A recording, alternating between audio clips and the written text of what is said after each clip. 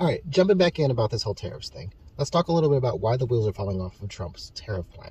And if you haven't watched that first video, go watch it. It's below or in my profile, whatever. But let's jump right in. If you know anything about the government, it does a lot of important things that keep us safe and support our lives in a beneficial way. We talked a little bit about those at the very end of the last video. You can't just get rid of these things, because if you do, a lot of people will die. Point blank, period. This isn't some radical fear-mongering point of view. This is basic cause and effect. Let's toss that all aside and let's say magically you are able to successfully shrink the government. Well, then what do we do with the national debt?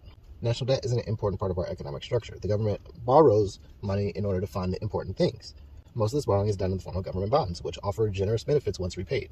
If you stop paying on these bonds, you introduce a lot of economic consequences.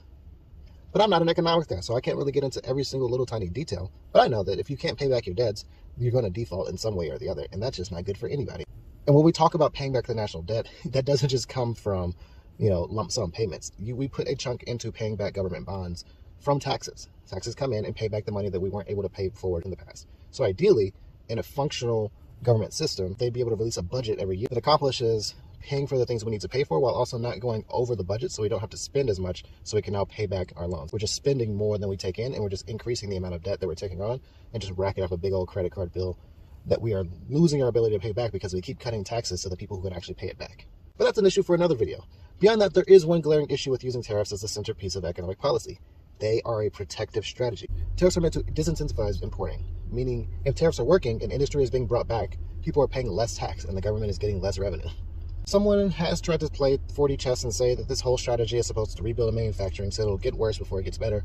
But that is not something that tariffs alone can manage. You can tariff people all they want, but they're going to go find the place that they can do manufacturing cheapest. They're going to go find the country with the cheapest tariffs because it's prohibitively expensive to bring back every kind of manufacturing to America, and people don't want to do that anyways. In order to bring back manufacturing, I think there's probably some argument to be made that some manufacturing does need to come back to the U.S.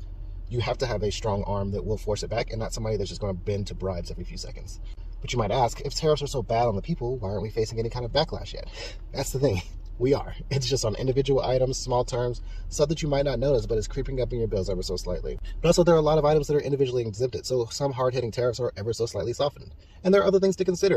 Some companies eat the cost of tariffs in varying amounts in order to keep their customer base, but they have to get those profits back some way, so they could either cut labor, kill jobs, reduce quality, shrink sizes, remove material, whatever it takes to save that buck for their shareholders. And this doesn't even account for the international backlash piece. So look, tariffs are a tool. They're not inherently good or evil, but in the hands of a madman, they're the same as storing your wallet in the oven. It's self-inflicted pain for no reason. If you have anyone who is a hardcore lover of our current economic situation, maybe it's time to talk with them about this stuff, because the real tariffs are the friends you made along the way.